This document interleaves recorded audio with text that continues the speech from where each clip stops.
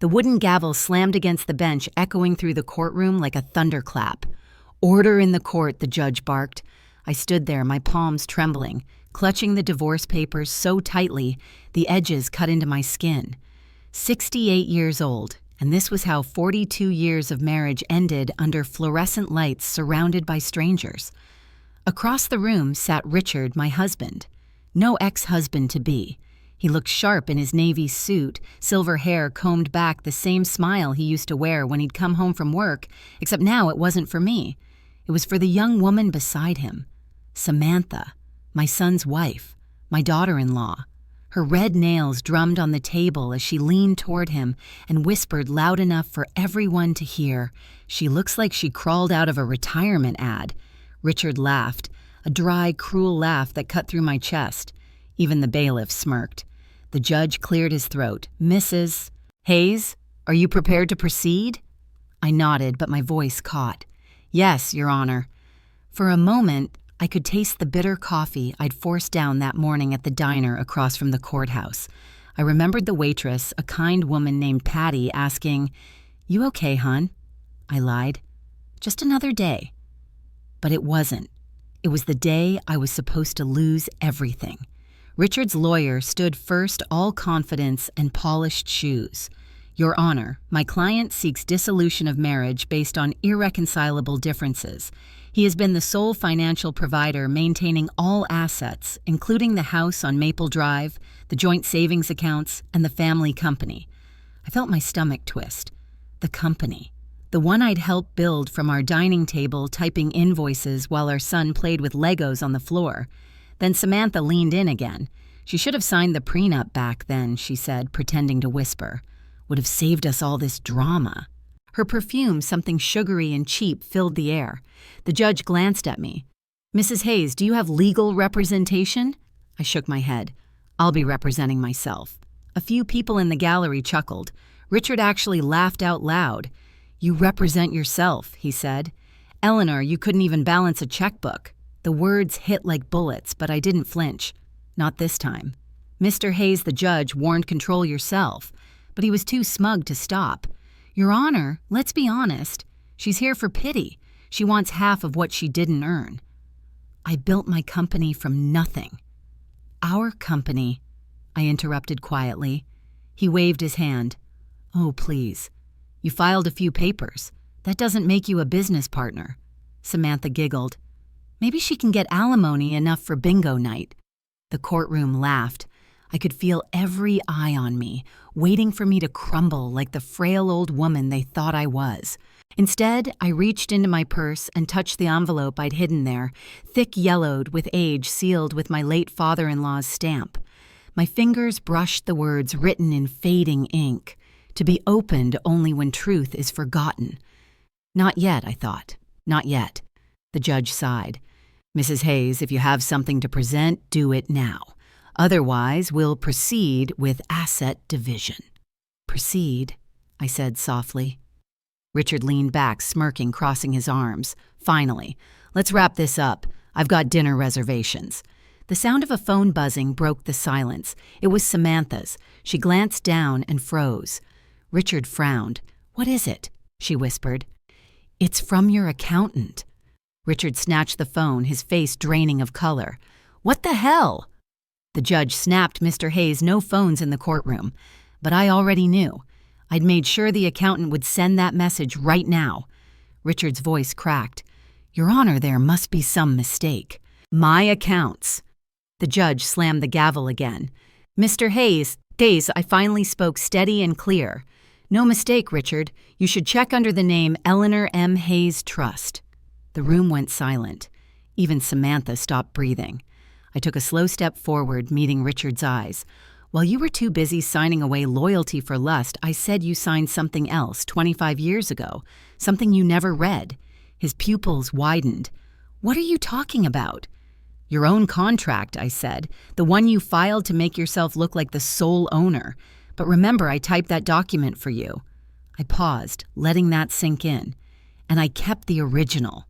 A gasp rippled through the spectators. Samantha's voice broke. "That's not possible." "Oh, it's very possible," I said. pulling the envelope from my purse. "Because your father made sure of it before he died." Richard took a step toward me, his face twisted with panic. "Eleanor, don't you dare order!" the judge shouted again. I turned to the bench, holding the envelope high. "Your Honor, I request permission to submit a sealed document, one that determines who truly owns the Hayes Construction Company." For the first time that morning, Richard looked afraid. The confident businessman vanished. In his place stood a man realizing the walls were closing in. The judge leaned forward. "And what exactly is in that envelope, Mrs. Hayes?" I smiled faintly, meeting his eyes. "Proof," I said. "Proof that the person they mocked isn't the fool they think she is." The judge gestured to the bailiff. "Bring it here." As the bailiff crossed the floor, the camera flashes from journalists outside the door flickered through the glass panels like lightning before a storm. Samantha whispered, "Richard, what did you sign?" He didn't answer. I watched the envelope land in the judge's hands, my heart pounding like a drum. Because inside that paper, those old creased lines, was the moment everything would change. And as the judge broke the seal, I couldn't help but wonder, when the truth finally comes out, will they still dare to laugh? I wasn't always this woman standing in a courtroom fighting for her dignity with shaking hands. Once I was Eleanor Hayes, the woman who woke up at 5 a.m. to pack lunches, iron shirts, and make coffee for a husband who claimed he couldn't function without me. Back then, Richard wasn't a monster. He was charming, the kind of man who'd bring home a single rose on payday and whisper, "We'll build something together, Ellie. You and me against the world." I believed him. We started with nothing. A rented basement apartment in Dayton, Ohio. I worked as a school secretary, typing letters and answering phones for barely $12,000 a year, while Richard dreamed of starting a construction company. Every night, he'd sketch floor plans at the kitchen table while I balanced bills under the weak yellow light. When the company Hayes Construction finally took off, I was the one who filed the paperwork, organized the bids, typed the contracts. I knew every detail, every client. We didn't have assistants back then, just us and our old typewriter. But success changes people. It started small. Richard came home later wearing cologne I hadn't bought. He stopped calling me Ellie, started calling me Eleanor like I was a stranger. Then came the credit card charges I didn't recognize, dinners at expensive restaurants, spa receipts. When I asked, he laughed. "Business dinners, honey. You wouldn't understand." I wanted to believe him. I always did. Then one evening, our son Michael came over with Samantha, his fiancée. She was young, beautiful, and sharp-tongued. The kind of woman who never hid her disdain for me. At dinner, she looked around my kitchen, the one I'd painted myself, and said, "This place has character, kind of vintage." I smiled politely. "It's old, but it holds memories." She giggled. "You mean dust?" Richard laughed. Not a quiet, polite laugh, a full, hearty one. That's when I realized something had shifted. My husband wasn't laughing with me anymore. He was laughing at me. After the wedding, things got worse. Samantha and Michael moved into our guest house for a few months. They stayed 2 years. I cooked, cleaned, and did their laundry while Samantha scrolled her phone and complained about how slow old people are. One morning, I overheard her in the kitchen. "She's harmless, just annoying. Thinks she's still relevant." Michael chuckled. "Don't be cruel." "She's in the way, Mike. Once your dad divorces her, we can finally expand the business.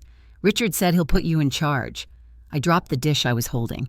It shattered on the tile floor. They froze. I walked in, looked Samantha in the eye, and said quietly, "Be careful what you wish for. Sometimes getting what you want costs more than you think." She just smirked. "Then I guess we'll find out." That night, I packed a small bag, not to leave, but to think. I drove to the lake an hour away, the same place Richard and I used to go when we were young. The air was cold, the moon bright. I sat in the car, staring at my reflection in the window. Who was this woman? A wife, a mother, a fool. The next morning when I came home, Richard was sitting at the kitchen table with a folder. He didn't look up. I talked to the lawyer, he said flatly. "It's time. Time for what I whispered, for both of us to move on." He slid the divorce papers across the table. "Sign it." I looked down. His signature was already there, neat, confident, final. "You're divorcing me. For her." He didn't answer. He just said, "Don't make this harder than it has to be, Eleanor." The silence that followed was deafening. The old clock on the wall ticked louder than ever. I picked up the pen, but I didn't sign. Not yet. Instead, I looked him straight in the eyes. "Do you remember what your father used to say?" He frowned. "What does that have to do with anything? A man who betrays his foundation will lose the house he built upon it." That's what he said.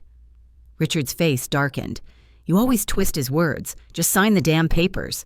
I smiled faintly. "I will, but you should know something first." I got up, walked to the old oak cabinet, and opened the bottom drawer. Inside was a small tin box labeled Private 1998.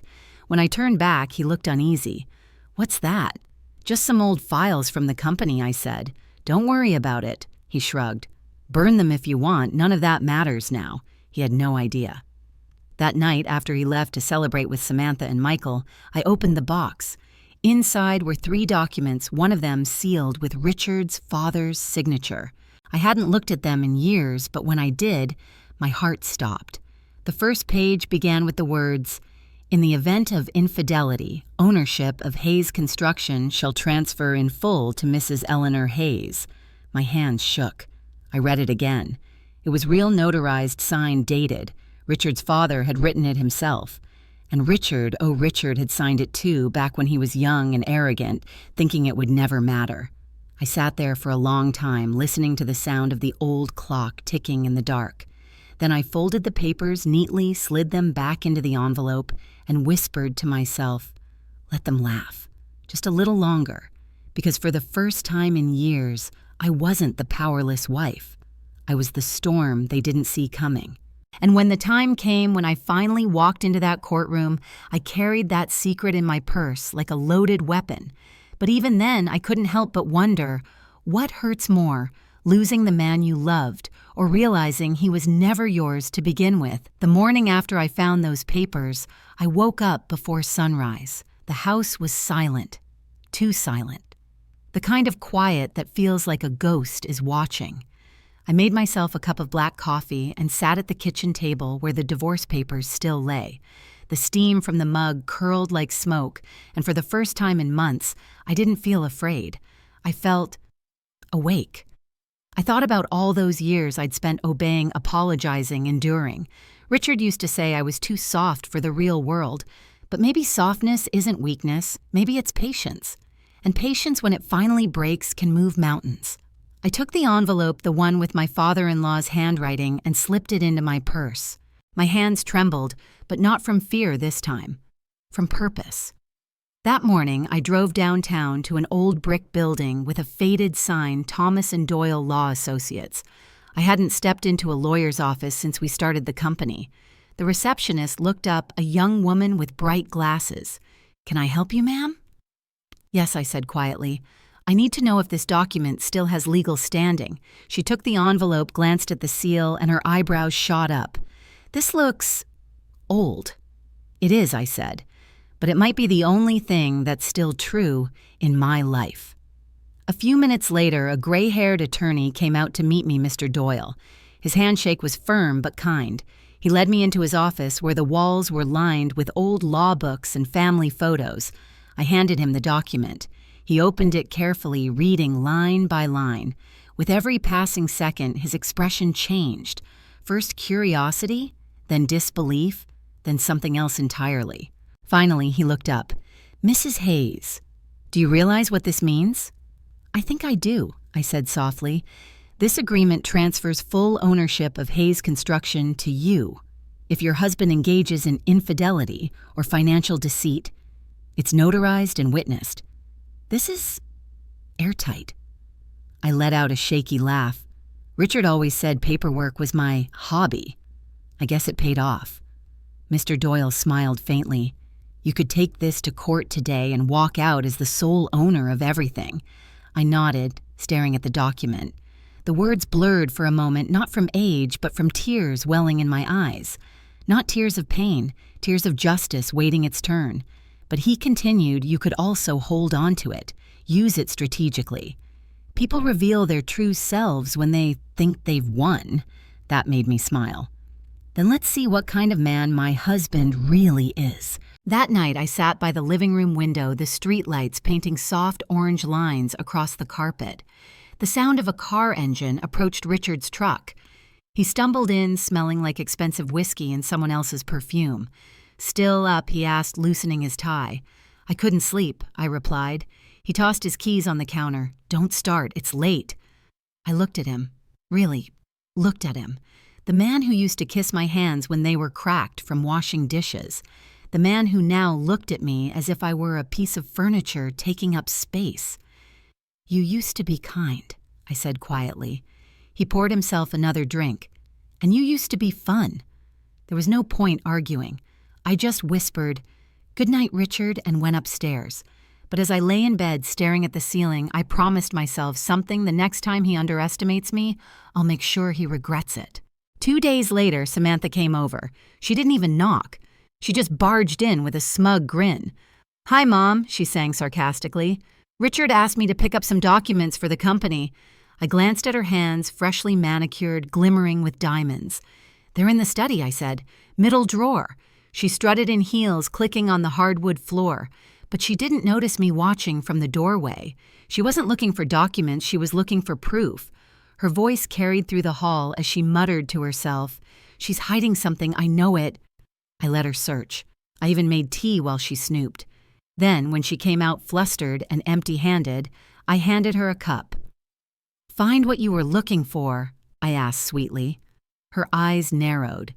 "You think you're clever, don't you?" I smiled. "I think I've had a lot of time to learn." She smirked, grabbed her purse, and stormed out. But as the door slammed, I saw something flicker in her eyes. Fear. Because deep down, she knew she wasn't playing with a helpless old woman anymore. That weekend, my son Michael came to visit.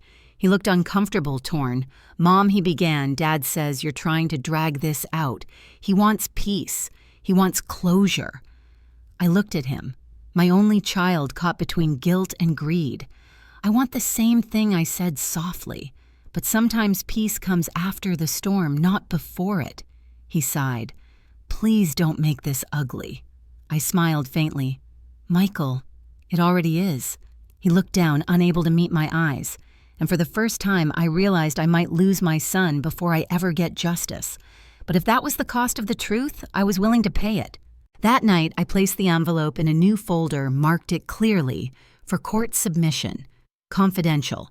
As I sealed it, I whispered, "Patience, Eleanor. You've waited a lifetime. You can wait 5 more days." Then I looked in the mirror at the woman everyone thought was finished and said, "You've already lost everything they could take. Now it's your turn to take back what's yours." And as I turned off the light, one thought kept echoing in my mind like a drumbeat. They think they've won. But when the truth finally rises, who will be left standing? The day of the hearing felt colder than it should have. Even though it was late spring, the morning air bit through my thin gray coat as I stepped out of the cab and looked up at the courthouse. It stood there like an old monument, tall, heavy, judgmental. Inside, the floors gleamed like mirrors. People whispered, shuffled papers, clicked heels. Every sound echoed, every stare lingered. But I wasn't nervous. Not anymore. My heartbeat was steady, not from calm, but from clarity. Richard was already there, of course, standing near the entrance, smiling for the reporters. He loved attention more than air itself. And next to him, dressed like she'd walked out of a magazine, was Samantha. She leaned into him, whispering something that made him laugh. When he saw me, his smile tightened. "Eleanor," he said, voice low but cutting, "try not to embarrass yourself today. It's undignified." I met his eyes. "You'd know a lot about that." He frowned, but before he could respond, the bailiff called Courtroom 3B. We walked in together, but it felt like walking into a boxing ring. The judge, a woman in her 50s with a no-nonsense expression, called the room to order. "This is the case of Richard Hayes versus Eleanor Hayes, divorce and property division." Richard's lawyer, a young man with a too-perfect haircut, stood first. "Your Honor, my client seeks a fair distribution of marital assets. Given his role as the sole financial provider, we request the majority of shared holdings." I sat still, hands folded in my lap. I could feel Samantha's stare burning into the back of my neck. The lawyer continued painting a story of Richard's sacrifice, the business he built, the investments he made, the risks he took. Every word was a lie I'd heard before. When he finished, the judge looked at me. "Mrs. Hayes, do you have anything to present?" I stood slowly, gripping the table for balance. "Yes, Your Honor." A low chuckle came from Richard's side. "This should be good." I took a breath. "Before we proceed with the division of assets, I'd like to submit an additional document, one that predates our marriage dissolution." Richard's lawyer frowned. "On what grounds?" "On the grounds of ownership and fidelity," I replied. The judge raised an eyebrow. "Continue." I reached into my purse and pulled out the envelope. It looked unassuming, yellowed with time, sealed with a red wax stamp. But I felt the entire room shift the moment it left my hand. "I request permission to submit this as evidence," I said. "It's a notarized contract signed by Mr. Hayes and his late father, dated 1998. The judge gestured to the bailiff. "Bring it here." The bailiff took it, handed it to the clerk, and within moments the courtroom was utterly silent, except for the soft tearing of the seal. Richard's lawyer leaned forward. "Your Honor, we have no knowledge of—" The judge held up a hand. "Quiet." She read silently, then looked up, her eyes sharp. "Mr. Hayes," she said, "did you sign this document?" Richard's expression faltered. I don't recall." "It's your signature," she interrupted. "And your father's." He swallowed hard. The judge continued reading aloud. "In the event that Richard Hayes engages in marital infidelity or any act of financial deceit, full ownership of Hayes Construction and associated assets shall be transferred to his wife, Mrs. Eleanor Hayes." A gasp rippled through the room. Cameras clicked. Samantha's face drained of color. I could almost hear her whisper, No, that's impossible." Richard slammed his hand on the table. "That document is void. It's over 20 years old." The judge looked unimpressed. "It's notarized, Mr. Hayes. That makes it legally binding." "Someone forged that," he snapped. I stepped forward, my voice calm but cold. "Then perhaps you should watch this." I opened my phone and handed it to the bailiff. "This video is from 1998, my father-in-law's office security recording. You'll see who signed what." The video played on the courtroom monitor. Richard's younger self appeared confident, smug, laughing as he signed the papers. His father stood beside him. "If you ever betray her," the old man said on the recording, "you'll lose everything, son. The real Richard." The one in front of me went pale. His mouth opened, but no words came. Samantha covered her face with her hands. "Oh my God." The judge turned off the video. "Mr. Hayes, do you have anything to say?" He looked at me, eyes wide, shaking his head slowly, as if the past had just reached out and grabbed his throat. "This is a setup," he whispered. You planned this." I smiled faintly. "No, Richard, you planned this 25 years ago. You just forgot I was in the room when you did." The courtroom exploded murmurs, gasps, the sound of shuffling feet. Reporters outside the door were shouting questions. The judge raised her gavel. "Order, order." But even she couldn't stop the storm that had broken loose. When the room finally quieted, she looked at me again. "Mrs. Hayes, do you have anything further to add?" I shook my head. "Only this. Your Honor, after 40 years of silence, I finally have my voice back." Richard sank into his chair, defeated, whispering something under his breath that no one could hear. Samantha stared straight ahead, eyes glassy, as if realizing for the first time what kind of man she'd tied herself to. As I gathered my papers, the judge said she would reconvene in the afternoon to deliberate. I nodded, thanked her, and turned to leave. But before I stepped out, I looked back at Richard one last time. He wouldn't meet my eyes. I leaned close enough for only him to hear. "You once told me no one remembers a secretary. Guess who just made history?"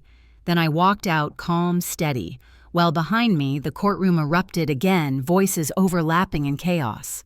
And as the heavy doors closed, I could still hear the echoes of that room, the gasps, the whispers, the sound of a lifetime turning to dust. But inside me, for the first time in decades, there was peace. Because the truth wasn't just revealed, it roared. Yet deep down, one thought lingered, chilling and sharp. If this was only the beginning. What else was Richard hiding all these years? The courtroom was chaos. Reporters shouted questions through the open doors, the judge's gavel pounded against the bench, and Richard's face had turned the color of ash. He tried to speak, but his voice cracked.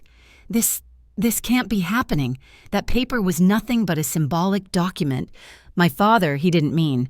The judge's tone was sharp cold. Mr. Hayes, the contract is clear, notarized, and witnessed. Unless you can provide evidence of coercion or forgery, this court will honor it. Richard's lawyer stood abruptly.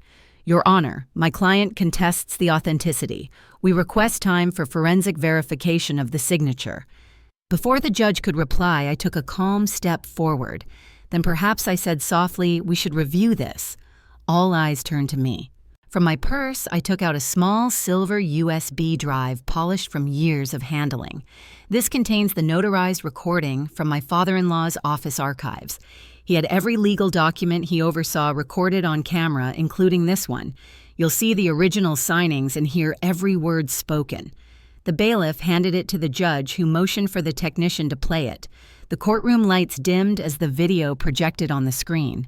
The image flickered, an office filled with sunlight and dust-dated furniture, and Richard's father, Henry Hayes, sitting behind his oak desk. He was thinner, older, but his eyes burned with the kind of intelligence that didn't fade with age. Richard, 25 years younger, stood beside him, cocky, grinning, a pen between his fingers. Henry spoke first. I've built this company with loyalty and trust. If you can't honor your marriage, you can't honor a business. Young Richard chuckled. Dad, it's just precaution. Eleanor's not going anywhere. She worships the ground I walk on. Henry leaned forward. That's exactly why you'll sign it. I know what men become when success blinds them. So you'll put it in writing if you ever betray her financially, personally, or morally. She gets it all. The younger Richard hesitated, twirling the pen. Fine, he said at last with a laugh, but if she ever finds this, I'll be long dead. Then he signed. His signature smooth, careless, certain. Henry smiled faintly. You think it's funny now? Someday it might save her life. The screen went dark. Silence hung like fog. Even the judge seemed frozen. Then she cleared her throat, her voice steadier than the rest of us. That's quite definitive. Richard slumped forward, gripping his hair with both hands. That old man set me up, he knew. Enough, the judge interrupted.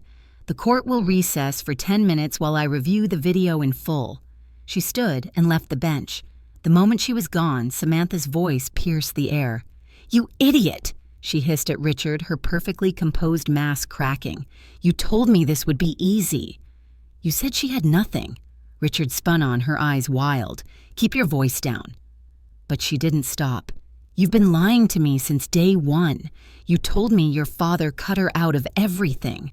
I leaned back in my chair, watching them unravel. The courtroom wasn't mine anymore. It was a stage, and they were performing the downfall they'd written themselves. Don't you dare blame me, Richard snapped. You're the one who pushed for this divorce. You're the one who Samantha's eyes went wide. You cheated before me, didn't you? He froze. Her voice trembled, now loud enough for everyone to hear. You said I was the only one. You said she was the first mistake. I said, stop talking, Richard barked, slamming his fist on the table. The sound echoed like thunder. The reporters pressed closer to the door. The bailiff moved forward, warning them to calm down. I sat perfectly still, my pulse steady. For years I had been the woman who tiptoed around his temper, silenced by fear. But today his anger was just noise to me, the growl of a dying beast. When the judge returned, she looked exhausted but resolute. This court recognizes the validity of the document.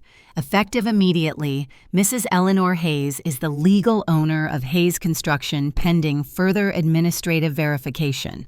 A collective gasp filled the room. Richard's lawyer jumped up. Your Honor. She silenced him with a look. You can file appeals later, counselor. For now the law is clear. My knees weakened, but I didn't let it show. I just breathed deeply, fully, for the first time in years. Richard turned to me, voice shaking between rage and disbelief. You think this makes you better than me? You think this changes anything? I met his eyes. It changes everything. Samantha stood abruptly, gathering her purse. I'm done, she muttered. I'm not going down with you. He grabbed her arm. Don't you walk away from me." She yanked free, her voice sharp. "Watch me." Then she stormed out of the courtroom, heels echoing like gunshots down the hallway. Richard called after her, but she didn't look back. The judge banged the gavel one last time. Court adjourned. As everyone stood, I gathered my things, every movement deliberate calm. A reporter leaned over the railing. "Mrs. Haynes, how does it feel to take back everything after 40 years?" I paused at the doorway, glanced back at the sea of faces, and said simply, "Justice isn't revenge. It's just the truth, finally catching up." Then I walked out. But just as I reached the lobby, a man in a gray suit approached me, one of the clerks from the judge's office. He looked nervous, eyes darting around. "Mrs. Hayes," he said, lowering his voice, "you might want to see this." He handed me a thin manila folder, unmarked. "What is it?" I asked. "It was found in the court's submission box this morning," he said. "No sender, no note. But it has your name on it." I frowned, clutching it against my chest. As he walked away, I opened the flap just enough to see the first page inside. My breath caught. It wasn't legal paperwork. It was a bank statement, offshore. And the name listed under the account holder wasn't mine. It was Henry Hayes. My heart pounded. Richard's father. He'd been dead for 20 years. The paper trembled in my hands. Whatever this was, it meant the story wasn't over, not even close. Because if Henry Hayes had a secret account in my name, what else had he planned, and why was it surfacing now? The manila folder felt heavier than it should have. I sat in my car outside the courthouse, hands trembling, the sound of the city muffled through the glass. The pages inside weren't just old papers. They were a pulse faint but alive, beating, with something I didn't yet understand. Henry Hayes. Offshore account. Zurich. The name and address blurred before my eyes. Henry had died 2 decades ago. I'd stood by his casket, heard the dirt fall on his coffin, but now his name appeared again, tied to a Swiss bank, and under it, my own. Primary beneficiary, Mrs. Eleanor M. Hayes. A chill ran through me. This wasn't some clerical error. Henry never did anything by accident. I flipped the next page. It was a handwritten note, his handwriting neat and deliberate. "If you're reading this, Eleanor, it means Richard has done exactly what I feared. Keep quiet. The truth about Hayes Construction is deeper than a marriage. You'll need courage to face it." I stared at the words until they burned into my memory. My breath caught. Deeper than a marriage. A knock on my window startled me. It was Mr. Doyle, the attorney who'd helped me verify the old contract. He'd followed me out holding a coffee cup and a look of quiet concern. "Mrs. Hayes, you left in quite a hurry. Everything all right?" I hesitated, then showed him the folder. "Someone left this for me." He flipped through the pages, eyebrows lifting higher with each one. "A Swiss account. Under Henry Hayes' name, but tied to yours. This is unusual." "Unusual," I said with a nervous laugh. "It feels like a ghost just sent me mail." He smiled faintly. "You said Henry was meticulous, right? Then maybe this isn't a ghost story. Maybe it's a message. A message." That word sat heavy in my chest. By evening, news of the courtroom explosion had gone viral. Reporters camped outside my house shouting questions about the widow who outsmarted her cheating husband. The neighbors watched from their porches, half admiring, half scandalized. I pulled the blinds shut and tried to focus on the folder.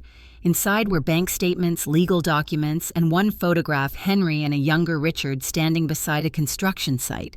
Behind them, a half-built warehouse with the sign Hayes Development Trust. But under the logo, something else caught my eye. Small print I'd never noticed before in partnership with EMH Holdings. EMH, my initials. My hands trembled. I'd never signed any partnership with Henry, never even known about it. The phone rang, slicing through the silence. I answered. Eleanor Hayes. The voice was unfamiliar male, thick with a European accent. "You don't know me, but you're the legal inheritor of an account that belonged to Henry Hayes.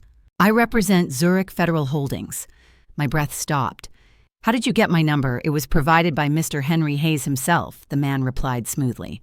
"He left instructions to contact you 20 years after his passing, or immediately should certain legal documents be unsealed in your name." My blood ran cold. Unsealed. You mean the contract? Precisely, he said. His files triggered an automatic notice once your ownership of Hayes Construction became public. Why would he do that? I whispered. That, he said softly, is for you to discover. But you should know the account holds more than money. It holds evidence. Evidence of what? He paused. Fraud, Mrs. Hayes. Decades of it. The line clicked dead. That night, sleep wouldn't come. Every sound in the house, the creak of the stairs, the hum of the refrigerator, felt amplified. My thoughts spiraled. Henry Richard. The account, the message. At midnight, I poured a glass of wine and sat in the dim kitchen staring at the old family photo on the wall, Richard's arm around my shoulders, Michael, barely 12 years old, Henry smiling behind us. I touched Henry's face in the frame. "What did you know, old man?" I whispered. My phone buzzed again. A text from an unknown number. "Stop digging, Eleanor. Some truths should stay buried." I froze. My first instinct was to call Mr. Doyle, but the rational part of me knew whoever sent that message was close. Too close. I turned off the lights, peered through the blinds. A black sedan idled across the street, headlights off. For the first time since the divorce began, I felt fear claw its way back into me. The next morning, I went straight to Mr. Doyle's office with the folder. He frowned as he flipped through it again. If what that caller said is true, he murmured, this account could expose financial crimes tied to the company, maybe even money laundering, by Richard. Not just Richard, maybe Henry too. I shook my head. No, Henry wasn't like that. He sighed. People are complicated, Mrs. Hayes. Sometimes the ones who build the walls are hiding what's buried underneath them. He looked up, lowering his voice. We'll need to secure these documents. You can't keep them at home. I nodded, but my mind was already racing. If this was true, what would it mean for Michael? For me? For everything Henry built? That evening, as I drove home, I noticed the same black sedan trailing me in the rearview mirror. My grip tightened on the wheel. I took 3 unnecessary turns once, by the grocery store, twice down narrow back streets, but the car stayed behind, keeping its distance. Finally, I pulled into a gas station, parked by the pumps, and pretended to refill while watching the sedan. The driver stayed inside, engine idling. I couldn't see his face. Then slowly the window rolled down and a hand extended, holding something small glinting in the light. A USB drive. He tossed it out the window. It landed near my feet. Then the car sped off into the night. I crouched down, heart pounding, and picked it up. On the side, scratched in faint letters, were 3 words. Ask about Zurich. When I got home, I plugged the drive into my laptop. A single file appeared, a video dated June 12, 1998. My breath caught. The same date as the old contract. I pressed play. The screen flickered Henry's office again. He was alone this time, speaking into the camera. If you're seeing this, Eleanor, it means the wrong man got control of the company. Richard's greed will destroy everything I built unless you stop him. The Zurich account holds the truth. Trust no one, not even Michael. The video ended. I sat frozen in the dark, the glow of the screen reflecting in my glass of untouched wine. Trust no one, not even my son. The house suddenly felt too quiet. And in that silence, one thought screamed louder than all the rest. If Henry was right, then the real betrayal hadn't even begun. I didn't sleep that night. The words from Henry's recording played over and over in my head like a broken song. Trust no one, not even Michael. Every time I closed my eyes, I saw my son's face, 12 years old again, smiling with missing teeth, holding up the birdhouse we built together. Then I'd see the man he'd become distant cold speaking to me through clenched teeth at the courthouse. Morning came gray and heavy. Rain streaked across the kitchen window as I sat at the table staring at my untouched cup of coffee. The USB drive lay beside it, like a piece of evidence from a crime I didn't understand yet.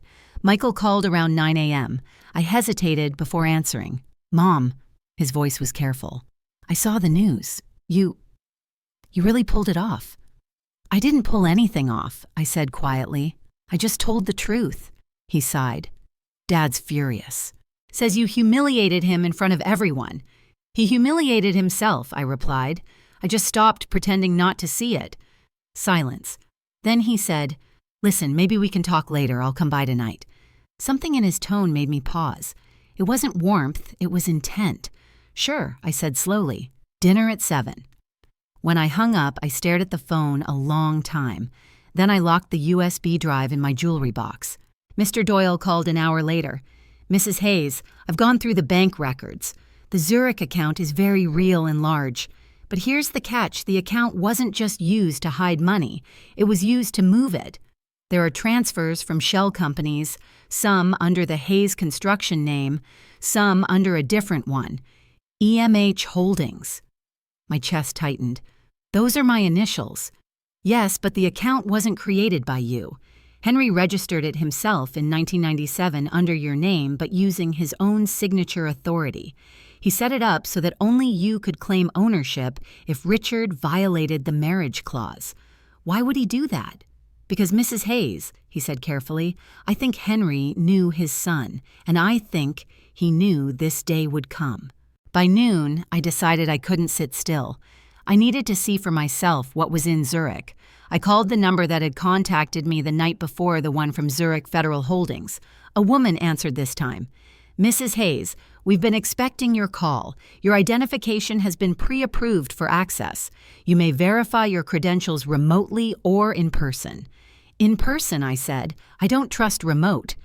"Understood," she replied. "We'll arrange a security file and flight authorization. Please be advised the documents contain sensitive material regarding the Hayes Trust Network." Trust Network. The phrase chilled me. Henry had left more than money. He'd left secrets. By evening, thunder rolled outside. The sky cracked open like a wound, spilling rain against the windows. I lit a small lamp and set the table for 2 steak mashed potatoes and salad the way Michael liked when he was a boy. At 7:05, he arrived. No umbrella, just a hooded jacket dripping with rain. His eyes darted around the house like he was searching for something. "Still feels weird being here," he muttered, shrugging off his coat. "It's still your home," I said softly.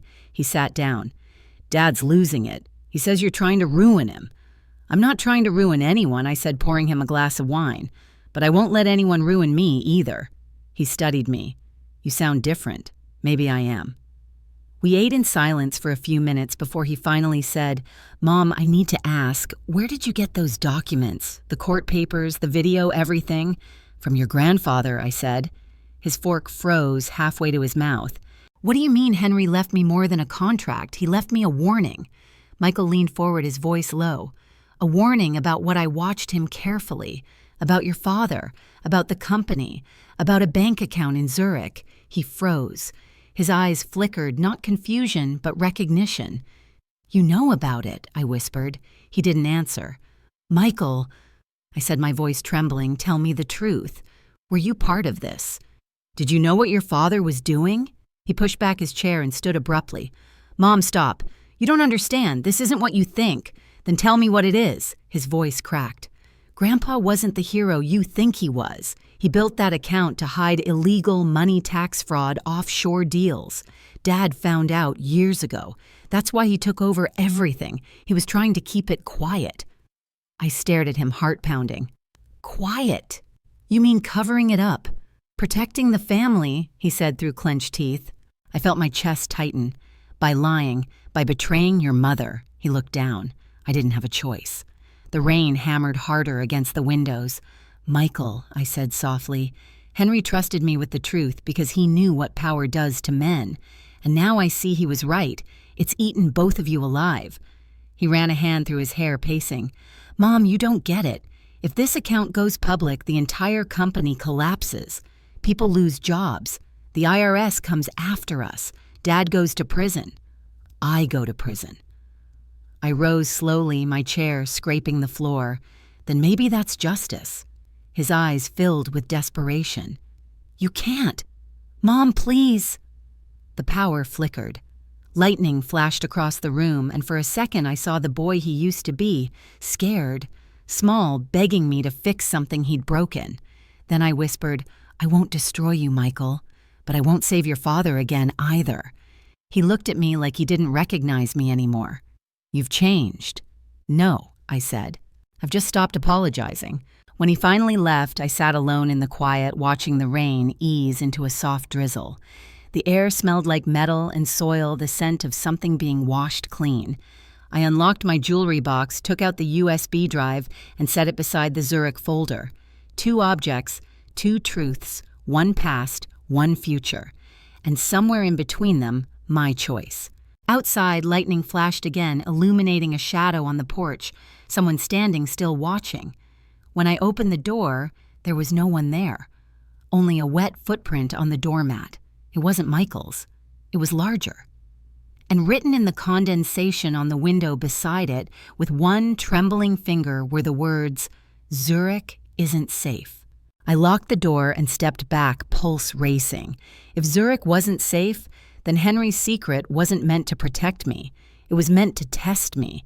And I suddenly knew whatever came next, the real fight was only beginning. The rain had stopped by morning, but the air outside still felt heavy, thick with something I couldn't name, fear maybe, or anticipation. The words on the window haunted me. Zurich isn't safe.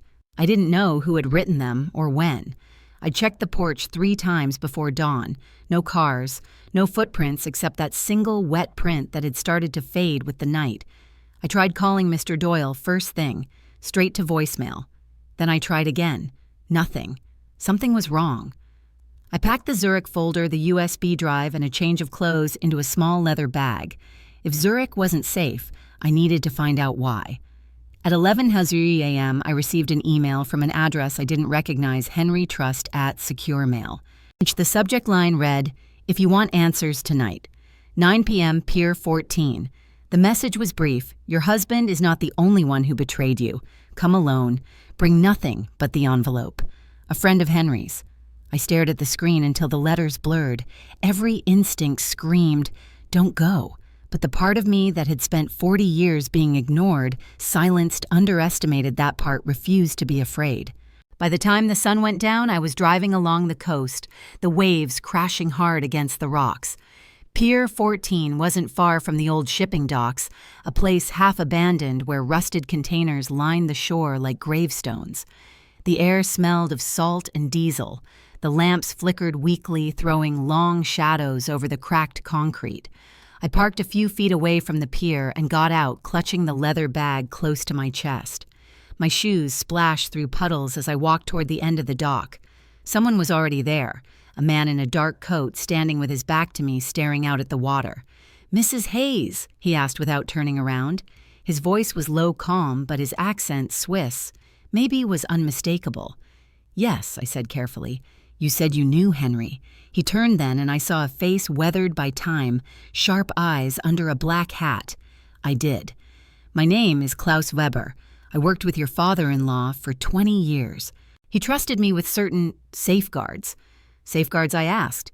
He nodded. "Henry knew his son's greed would someday endanger the company and you. He built layers of protection, bank accounts, dummy corporations, legal loopholes. Zurich was the key to it all." I frowned. "Then why did someone warn me not to go there?"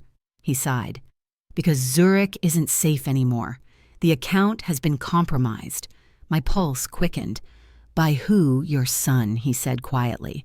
The words landed like a physical blow. "That's not possible," I whispered.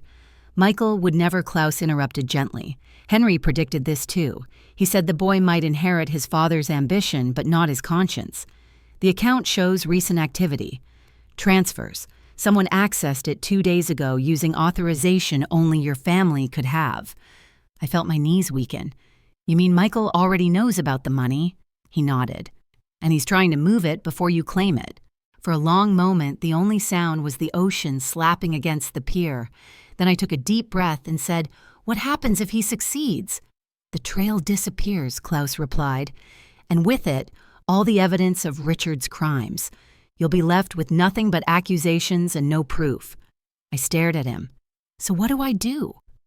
He reached into his coat and handed me another envelope, smaller, sealed with black wax. "Henry left this for you, his final instruction, but you must decide whether to open it now or later. Once you do, there's no turning back." I hesitated, the wind tugging at my hair. "What's inside names?" he said. People who helped your husband hide the money and one person who helped Henry protect it. But be careful. Once you know, you become a target. He turned to leave, but I grabbed his arm. Wait, how do I know I can trust you? He smiled sadly. You don't. But Henry trusted me, and that will have to be enough. Then he disappeared into the fog, leaving me alone on the pier with the envelope in my trembling hands. When I got home, the house was dark. Too dark. The front door was slightly ajar. My stomach dropped. I stepped inside slowly, every creak of the floor echoing through the silence. Michael, I called. No answer. The living room was a mess, drawers open, papers scattered, the jewelry box overturned. My laptop was gone. The Zurich folder, too. I clutched the black envelope to my chest, realizing it was the only thing they hadn't found. Then I heard a faint sound from upstairs, a floorboard groaning. I moved quietly, step by step, until I reached the landing. The door to my bedroom was half open, light spilling through. Inside, someone was standing by the dresser, tall, broad-shouldered. Michael, I whispered. He turned, startled. His face was pale, his eyes wild. Mom, what are you doing here? I live here, I said coldly. What are you doing here? He ran a hand through his hair. I was looking for something. You mean this? I held up the black envelope. His gaze locked on it, panic flashing in his eyes. Where did you get that? From a friend of your grandfather's. He took a slow step forward. Mom, you don't understand. That envelope, it's dangerous. So I've been told I said. But not half as dangerous as you've become. He stopped. Please, he said softly, give it to me. You'll only make things worse. I shook my head. I think it's time someone in this family finally faced the truth. His voice hardened. You don't know what you're doing. Then enlighten me. He hesitated, then lunged. I stumbled backward, clutching the envelope as his hand grazed my wrist. Stop it, Michael. He froze, breathing hard, eyes full of regret and something darker, desperation. I didn't want to hurt you, he said, but you have no idea what you've stepped into. Then tell me, I whispered. He glanced toward the window, the rain starting again outside. You think Dad was the villain, he said bitterly? But you're wrong. It was Grandpa. I stared at him, heart pounding. What are you talking about? Henry didn't just hide money, he said. He laundered it. Through fake contracts, ghost accounts, even through you. That's why he put your name on everything. So when the truth came out, the blame would fall on you. The words cut through me like glass. No, I whispered. Yes, Michael said, voice breaking. He used you, Mom. And now everyone wants that file, because it proves it. Thunder cracked outside. I looked down at the black envelope, feeling it tremble in my hand as if it had a pulse, used me or protected me. Before I could speak, headlights flared outside. A car door slammed. Footsteps approached the porch. Michael went rigid. They're here, he hissed. Who? He looked at me with a mixture of fear and guilt. The people Grandpa owed. The front door creaked open downstairs. And for the first time in my life, I realized the truth wasn't just dangerous. It was coming for me. The moment the front door creaked open, time seemed to stretch, every heartbeat a gunshot in my ears. The sound of wet shoes on the hardwood echoed up the stairs. Whoever was down there wasn't in a hurry. They were confident. Michael and I locked eyes. He looked pale, terrified. Mom, listen to me, he whispered. Give me the envelope, please. You don't know who these people are. I shook my head, gripping the black envelope tighter. Then maybe it's time they met someone who isn't afraid of them. He hissed, desperate. You don't understand. They're not after the money anymore. They're after you. Grandpa made you the face of everything. If they can't find the original files, they'll settle for the person whose name is on them. My pulse raced. You mean they'll... Yes, he said. They'll make sure you disappear before you can expose them. Another step on the stairs, then another. I whispered, Go into the closet, now. What? Do it. He obeyed, slipping inside just as the first shadow appeared in the hallway. A tall man in a black raincoat stepped into view, water dripping from his sleeves, his face hidden behind a dark baseball cap. Another followed, stockier, with a scar running from his cheek to his neck. They stopped when they saw me standing there, my back straight, the envelope in my hand. Mrs. Hayes, the taller one, said. His voice was calm, polite, too polite. "We're here for something that doesn't belong to you." My mouth was dry. "Then you've come to the wrong house." He smiled faintly. "Henry Hayes said you were stubborn." Guess he was right. The sound of Henry's name on his lips made my blood run cold. "You knew my father-in-law." He nodded. "Worked with him. Back when things were simpler." "Who sent you?" He shrugged. "Let's just say Henry's deals didn't die with him. Some of his partners still expect a return on their investment." My fingers tightened around the envelope. "If this is about money, I don't have it." "Oh, we know," he said, taking a step closer. "We don't want your money, we want the truth. The one your husband tried to bury and your son tried to steal." Lightning flashed behind him, illuminating his face for a split second, cold eyes expressionless. A man who'd done this before.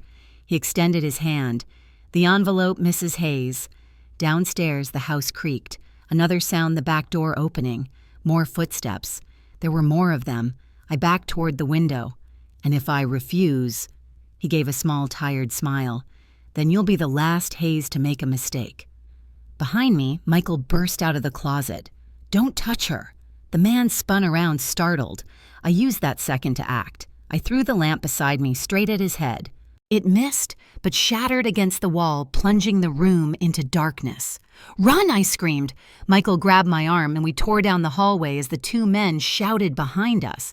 One fired the deafening crack of a gunshot, split the air glass, shattering somewhere behind us. We stumbled down the stairs, nearly falling. The smell of gunpowder and rain mixing in the air. "Mom, this way!" Michael shouted, pulling me toward the side door that led to the garage. But the second man appeared in the kitchen doorway, blocking our path. He raised his weapon. I froze. Then before I could react, a blinding flash filled the room and the man screamed, clutching his arm. Michael had hit the emergency light switch, flooding the space with searing white from the floodlights outside. "Move!" he yelled, dragging me through the garage door. We tumbled into the rain-soaked night, running barefoot across the gravel driveway. I heard engines start behind us, tires screeching. "Get in the car!" Michael shouted, fumbling for the keys. I jumped into the passenger seat, the black envelope still clutched against my chest. He slammed the door, turned the ignition. Nothing. The car sputtered. "Dead. They cut the line," he muttered. "Damn it!" I looked around wildly. The woods, behind the house. We ran. Mud splashed up our legs as branches tore at our clothes. My lungs burned, every breath sharp as glass. Finally, we reached the old tool shed, Henry's old hunting shed abandoned for years. Michael forced the door open and we ducked inside, panting. For a moment, there was only the sound of our breathing, then distant voices. They were searching the woods. Michael sank to the floor, burying his face in his hands.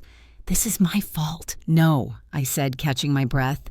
"This is Henry's legacy, and we're both paying for it." He looked up at me, eyes full of guilt. "What's in that envelope, Mom?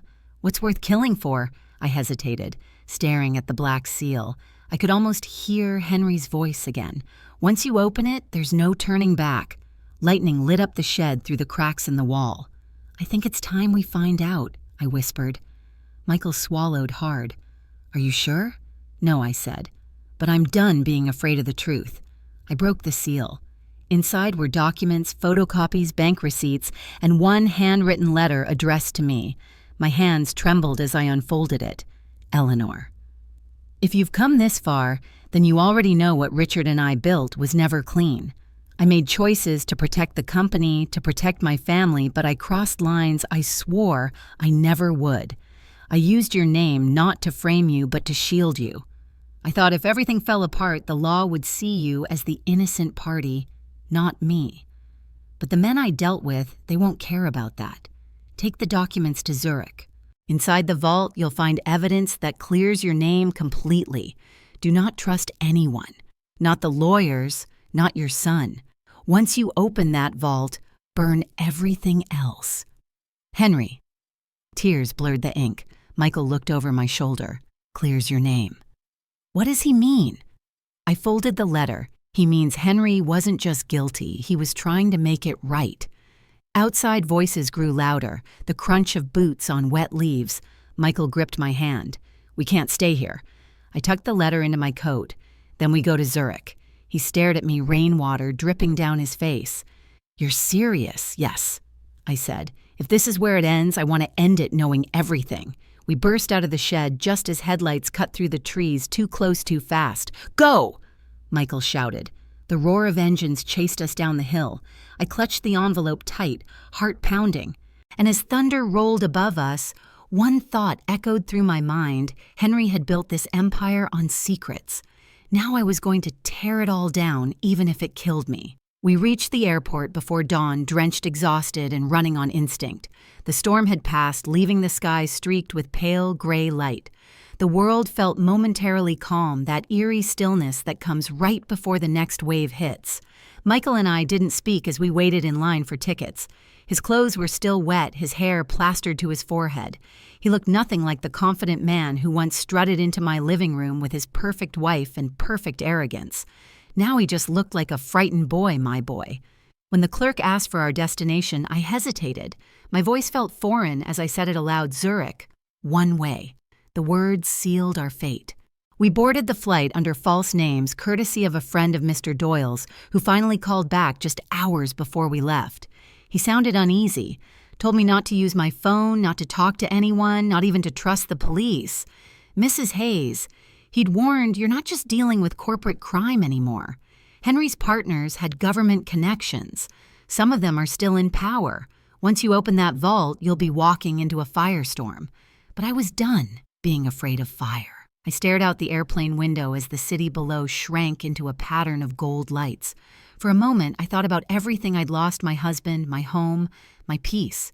But beneath that, something unexpected stirred. Freedom. For the first time in decades, I was no one's wife, no one's fool. I was a woman chasing the truth, and I wasn't going to stop until I found it. We landed in Zurich 12 hours later. The air was sharp cold, almost metallic. I pulled my coat tight as we stepped out of the taxi in front of Crédit National Suisse, an old stone building with tall glass doors and guards in gray uniforms. Inside, everything gleamed: marble floors, gold trim, the faint hum of money moving invisibly through digital veins. A woman at the reception desk greeted us in crisp English. "Good morning.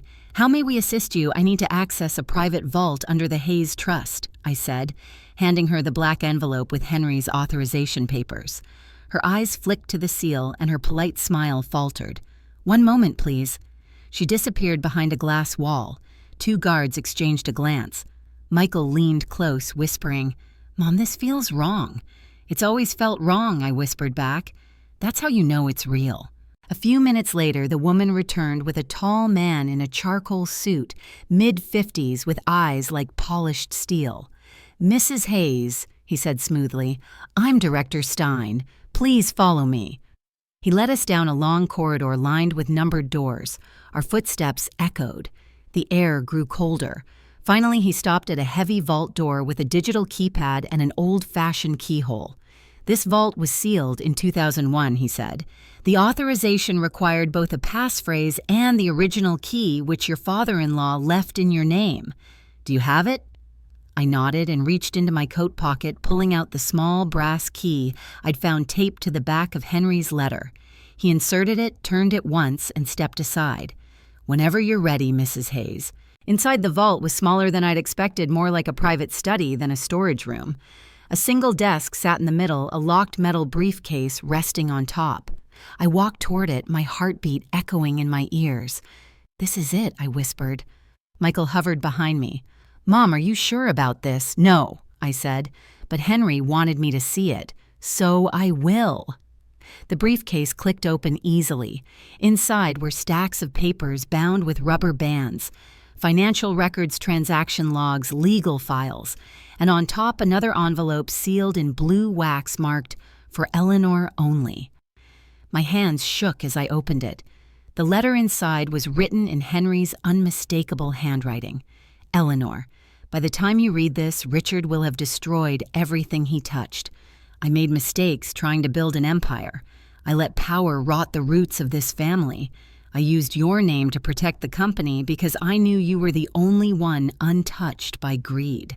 The documents here expose our partners, men who laundered millions through construction bids, federal contracts, and charities. Some are still active in government. If you release them, the Hayes name will burn, but the truth will be free. If you stay silent, you can live quietly, safely. This is your choice, redemption, or peace. Whatever you choose, know this. You were never a pawn. You were the conscience I lost. Henry. I sank into the chair, the weight of his words pressing down like a mountain. Michael read over my shoulder, his face pale. If you leak this, it'll destroy everything. The company, our reputation. I looked up sharply. Our reputation. After everything they did, after everything you hid. He opened his mouth but had no answer. I stood, slowly holding the documents. You were right about one thing, Michael. Grandpa did use me, but not the way you thought. He didn't make me the scapegoat. He made me the witness. He shook his head. Mom, if you go public, these people will come after you. They already tried. Then let them, I said, my voice steady. I've lived in fear for half my life. I won't die that way. I gathered the papers, my decision forming as clearly as sunlight breaking through fog. We're taking this to the embassy. I'll give everything to the authorities. Michael's eyes filled with tears. You'll lose everything, Mom. I looked at him, my son, my only child trembling between loyalty and guilt. Then maybe I'll finally be free. As we left the vault, I glanced back once. The light flickered across the brass plaque that read H. Hayes Trust, 1998. It struck me then Henry hadn't left me money or power. He'd left me the one thing: he never had a clean conscience. Outside Zurich glowed with morning light, the city quiet and glassy after the storm. The Alps loomed in the distance, snow-capped and eternal. Michael walked beside me in silence. For the first time in years, I didn't feel small. I didn't feel broken. I felt awake. And yet, as we crossed the street toward the U.S. Embassy, a black car slowed beside us. The window rolled down just enough for me to see a familiar face, the man from the pier, Klaus. He met my eyes and said one word: run.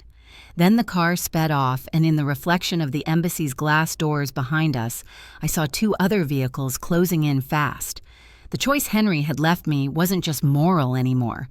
It was life or death.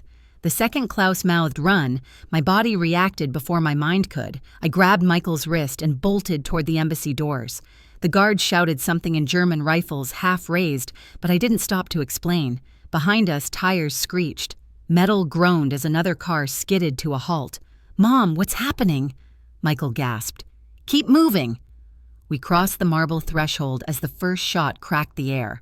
The bullet hit the stone column behind us, chipping off a shower of dust.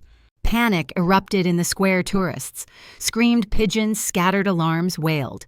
Inside the lobby, 2 U.S. security officers drew their weapons. Ma'am, sir, hands up, identify yourselves. I held up Henry's folder, shouting, American citizens, we're in danger, someone's trying to kill us.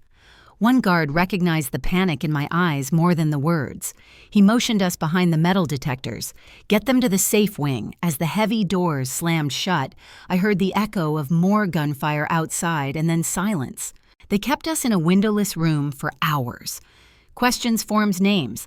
I handed over Henry's letter, the USB drive, and the Zurich documents. Every word I said felt like lifting another brick from my chest. When the agent finally looked up from the papers, his face was pale. Mrs. Hayes, what you've brought here implicates several multinational contractors and at least 2 U.S. officials. We'll need to secure you under protection until this is verified. Protection, I repeated numbly. Witness protection if necessary. Michael paced in the corner, running both hands through his hair. You mean she can't go home? The agent's tone hardened. Not until we know who's after her and how far this goes. They moved us that night, no warning. A black van, tinted windows, 2 silent escorts. Zurich blurred by outside neon signs, rain-washed streets, a city I'd barely begun to know slipping away behind glass. Michael sat beside me, jaw tight. I told you this would happen. And I told you, I said quietly, the truth always costs something. He turned away, staring at his reflection. You might lose everything. I already did, I said. Now I'm just settling the debt. We stopped in the countryside, an unmarked safe house near Lake Lucerne, surrounded by pines and fog. Inside, everything smelled of wood smoke and antiseptic. They gave us fresh clothes, warm soup, and silence. Hours passed. The adrenaline drained, leaving only exhaustion. I sat by the fireplace, watching the flames. Michael approached slowly, a cup of tea in his hands. "Mom," he said, voice hoarse. "I'm sorry." I looked up. "I should have listened to you sooner. I thought Dad was just trying to protect the company. I didn't realize he was protecting himself." I nodded. "You're your father's son, Michael, but that doesn't mean you have to be his shadow." He swallowed hard. "What happens now?" I stared into the fire. "Now we wait for the storm to catch up." Sometime near midnight, the safe house phone rang. The guard answered, his face tightening as he listened. Then he handed me the receiver. A familiar voice came through the static. "Eleanor, Klaus. Yes, listen carefully. The people who attacked you weren't Henry's old partners. They were hired by someone new." My grip tightened. "Who?" There was a pause, then he said a name that froze me completely. "Richard Hayes." I couldn't breathe. "That's impossible. He's under investigation. His accounts are frozen." Klaus's voice was steady, grim. "He's desperate. The files you found lead directly to him. He's not hiding anymore, Eleanor. He's hunting." Static filled the line, then silence. "Wait, Klaus? Hello?" Nothing. The guard rushed in. The call was traced. "We're moving again." Michael grabbed my hand as they hustled us toward the exit. My heart hammered, not from fear this time, but from disbelief. Richard. After everything, after losing his company, his reputation, he was still trying to control what he'd already destroyed. The van started down a winding road, headlights cutting through mist. I could barely see the water below. Then I noticed the faint glow of another pair of headlights behind us. "Are we being followed?" I asked. The driver's eyes met mine in the mirror. "Hold on." He accelerated. The pursuing car matched speed. Then a flash of light metal striking metal, and the van jolted sideways. Michael shouted, "Mom!" We skidded toward the guardrail, the world spinning in a blur of rain and glass. The van slammed to a stop inches from the edge of the cliff. The escort threw open the door. "Go now." We ran into the woods, branches tearing at our clothes.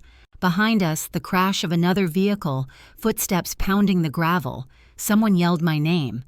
Richard's voice. "Eleanor," I turned. Breath clouding in the cold air.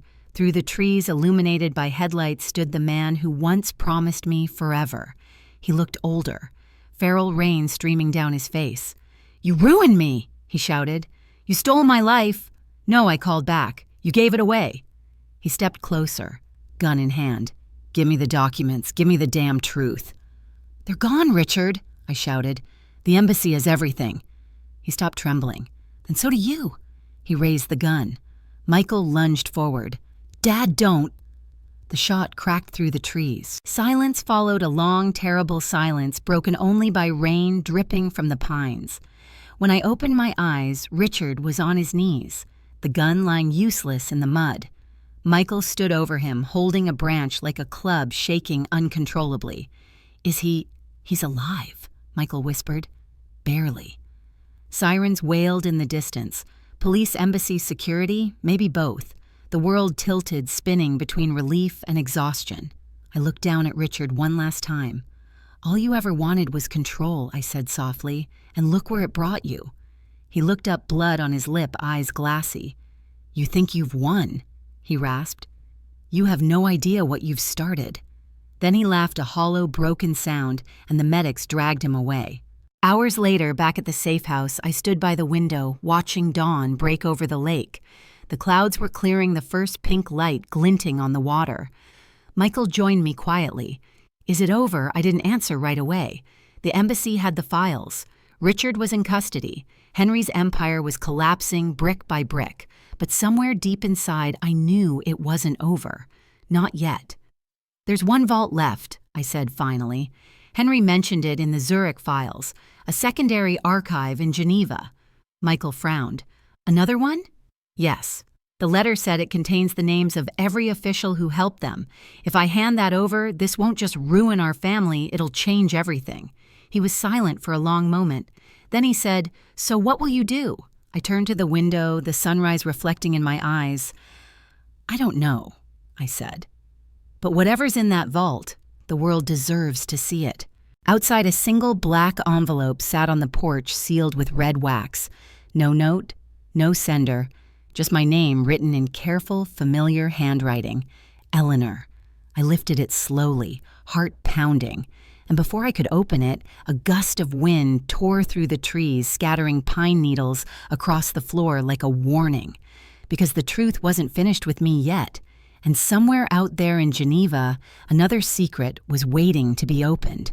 The envelope felt warm in my hands, as if it carried its own pulse. I sat at the small table of the safe house, the morning sun bleeding slowly through the curtains, turning the wax seal into a dot of crimson light. Michael was asleep on the couch, wrapped in a blanket, breathing shallowly. For the first time since this all began, he looked like the little boy I once knew, innocent, fragile, not yet infected by his father's ambition. But the name on the envelope pulled me back to the woman I had become. Eleanor. Not Mom, not Mrs. Hayes. Just me. I broke the seal. Inside was a single sheet of thick cream paper. The handwriting was familiar, elegant, deliberate. But it wasn't Henry's. It was Klaus's. Eleanor Henry prepared 2 vaults. You opened the first. The second Geneva was not meant for lawyers or governments. It was meant for you. Inside, you'll find a letter that answers the question Henry never could, who ordered the cover-ups, who paid for the silence, and why your husband was chosen to inherit the rot. You have the key now. It's hidden where the truth began. K. My fingers trembled. The truth began where Dayton, the company, the house on Maple Drive. Michael stirred, rubbing his eyes. "What's that?" "Another message," I said. He frowned. "From who, Klaus? He says there's a second vault in Geneva." He sat up, his face pale. "Mom, we can't keep doing this. Every time we find an answer, it just leads to more danger." I looked at him, really looked, and saw the fear beneath his exhaustion. "If we stop now, everything Henry hid stays buried. Richard might be in custody, but the men behind him are still out there." Michael stood pacing. "Then let them fight it out. We're just people, Mom. We're not built for this." I smiled sadly. "Maybe not, but we're all that's left of what's right." That night, we left the safe house, escorted by embassy agents to a small private airfield. I didn't tell them about Klaus's letter or the second vault. Some part of me didn't trust anyone anymore, not the officials, not even the people who claimed to protect us. As the plane lifted off, Zurich's lights disappeared beneath a veil of fog. I pressed my hand against the window, watching the clouds swallow the world. Michael dozed beside me, and for the first time in months, I allowed myself to imagine what peace might look like. A quiet house, a garden, mornings without fear. But peace was a luxury I hadn't earned yet. Geneva greeted us with a strange calm. The city was smaller, quieter, built around the slow hum of money and secrets. Klaus had left instructions a key would be waiting in a locker at the central train station, number 47. When I opened the locker, a small velvet pouch fell into my palm. Inside was a silver key engraved with a single word, home. Michael frowned. "That can't be right." "Oh, it's right," I murmured. Henry's message said the key was hidden where the truth began. He stared. "You think it means—" "Yes," I said. "Dayton, our old house." 2 days later, we were back in the United States, the town exactly as I remembered it. The same cracked sidewalks, the same rust-colored church steeple, the same wind carrying the smell of cut grass and rain. The house on Maple Drive stood empty now, a foreclosure sign crooked in the yard. The porch creaked under our feet as we stepped inside. Dust coated everything. Sunlight cut through the curtains in long golden beams. I walked straight to the study, Henry's old room, back when he'd stayed with us for his final months. The desk was still there, drawers locked. The silver key slid in perfectly. The drawer opened with a sigh of stale air. Inside lay another envelope, yellowed with age, marked, "To Eleanor. For the day he falls." My heart pounded. "The day he falls. Richard." I unfolded the letter. "Eleanor." You were never meant to find this easily. If you are reading it, Richard's empire has crumbled and Michael is at your side. Good. He will need you. The vault in Geneva contains my final confession. It is not money, it is proof. Proof that the corruption within Hayes Construction reached the highest offices of government. Contracts forged, disasters, covered up lives bought. I helped build it and I could not live with it. I left the evidence in your name because you were the only person who would choose justice over comfort. If you open it, the world will change, but so will you. Henry. My knees gave out and I sank to the floor. Michael knelt beside me. Mom, what does it mean? It means Henry didn't just protect us. He tried to redeem himself. He wanted someone honest to finish what he couldn't. Michael swallowed. And that someone is you. I looked at him through tears. No, it's us. The next morning, we stood on the shore behind the house, the lake calm as glass. The sunrise painted everything in gold. For a brief moment, it was just us, the mother who had lost everything and the son who finally understood why. I keep thinking about what Grandpa wrote. Michael said softly, "If you open it, the world will change." I smiled faintly. "Then we'll make sure it changes the right way." He looked at me. "You're not afraid anymore, are you?" "No," I said, "because fear only works on those who still have something to lose, and I've already lost it all." He took my hand, squeezing it. "Then let's finish it." 2 weeks later in Geneva, I handed the sealed package to a group of international investigators. The vault was opened under official supervision. Cameras flashed, journalists shouted, and for the first time in decades, the name Hayes meant truth instead of corruption. By the time the story hit the world, powerful men were stepping down. Governments were scrambling, and the empire Richard built was ashes. Michael and I disappeared quietly into the countryside. A small cottage, a garden mornings filled with birds instead of sirens. Sometimes when I watered the roses, I'd hear Henry's voice in the breeze. You were never a pawn. Maybe that was the real inheritance. Not money, not power, but the courage to finally tell the truth. One evening, as the sun sank over the fields, a package arrived at our door. No address, no name. Inside was an old pocket watch that once belonged to Henry. Etched on the inside cover were 4 words, "The truth never ends." I smiled, closing it gently, because for the first time in my life, I understood the truth isn't a burden. It's freedom. And I was finally free. A year has passed since Zurich. Sometimes I still wake up expecting to hear the soft creak of our old house on Maple Drive, or Richard's footsteps pacing the hallway before dawn. But then I open my eyes to the cottage in the Swiss countryside sunlight, streaming through lace curtains, the scent of lavender and coffee in the air, and I remember that life is gone. Michael and I live quietly now, tucked between the hills overlooking Lake Geneva. He tends the small vineyard behind the house, and I write longhand every day not stories of revenge or pain, but truth. I've filled 3 notebooks already. Maybe someday they'll become a book. Maybe they'll stay hidden in a drawer. Either way, they're mine. Words that no one can twist. But peace, I've learned, isn't silence. It's the sound of everything you feared no longer having power over you.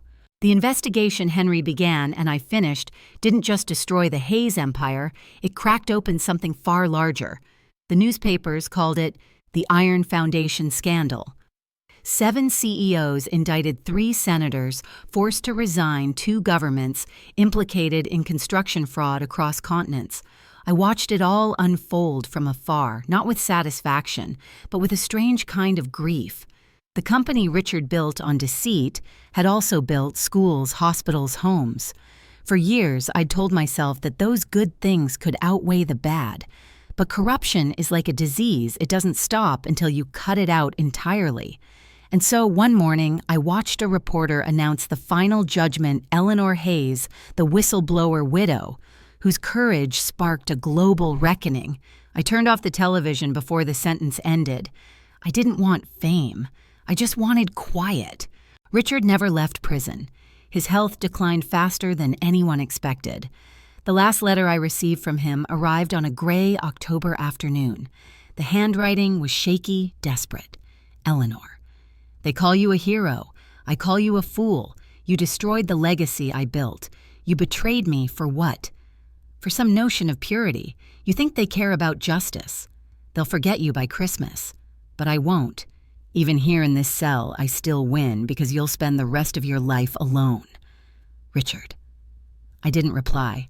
I burned the letter in the fireplace, watching his words turn to ash and curl upward like ghosts escaping. For a long time, I stood there in silence until Michael came in and rested a hand on my shoulder. "He's wrong," my son said. "You're not alone." And I realized he was right. For years, I'd been a ghost inside my own life, waiting for someone else's approval, someone else's forgiveness.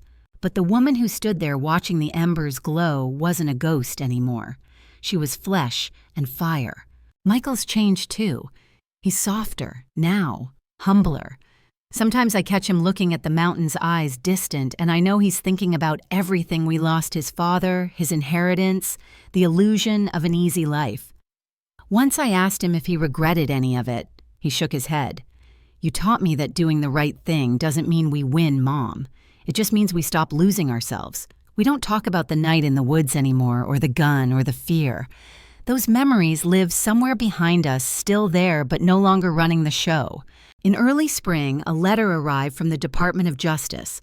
Inside was a single page stamped with the official seal. It informed me that the Hayes construction case had officially closed. At the bottom, handwritten in ink, were 4 simple words: "Thank you for your courage."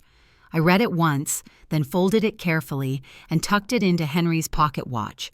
The same watch that arrived months ago with the words engraved inside, "The truth never ends." Sometimes I still wonder what Henry hoped for when he set all this in motion. Redemption, revenge. Or maybe he just wanted to make sure the next generation wouldn't repeat the same mistakes. Either way, he succeeded. The Hayes name, once synonymous with greed, now appears in headlines about reform, transparency, rebuilding. And though I no longer own the company, people still send me letters. Survivors of scandals, whistleblowers, women who found the courage to speak up. They all start the same way: "I thought no one would believe me until I read about you." Tonight the air is soft and golden. I sit on the porch with a glass of wine, watching the sun sink into the lake. The water glows like molten glass, and for a moment, everything feels weightless. Michael joins me, 2 mugs of tea in hand. "Mom," he says, "do you ever think about what's next?" I smile. "Next, I think this is next." He laughs quietly. "You mean peace?" "Exactly. Though knowing our family, peace might not last long." We both chuckle. The cicadas sing louder, the night stretching slow and kind around us. Then, just as the first stars appear, I notice something glinting at the edge of the fence, a small, dark car parked on the road, engine off, windows tinted. Michael follows my gaze. "Probably just tourists," he says, but his voice carries that same unease I feel. I nod, but my hand finds Henry's pocket watch in my pocket, fingers brushing over the engraving. The truth never ends. Maybe it was a warning, not wisdom. The car's lights flash once, twice, then vanish into the night. When I finally go inside, I open my journal and begin a new page. The ink flows steady like breath. The truth cost me everything, but it gave me back myself. And if one day it comes knocking again, I'll open the door, not out of fear, but faith. Because I've learned something most people never do: justice doesn't sleep. It waits.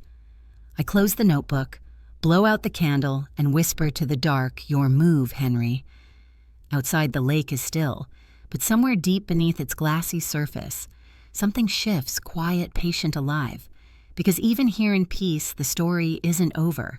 It's just resting, waiting for the next truth to rise.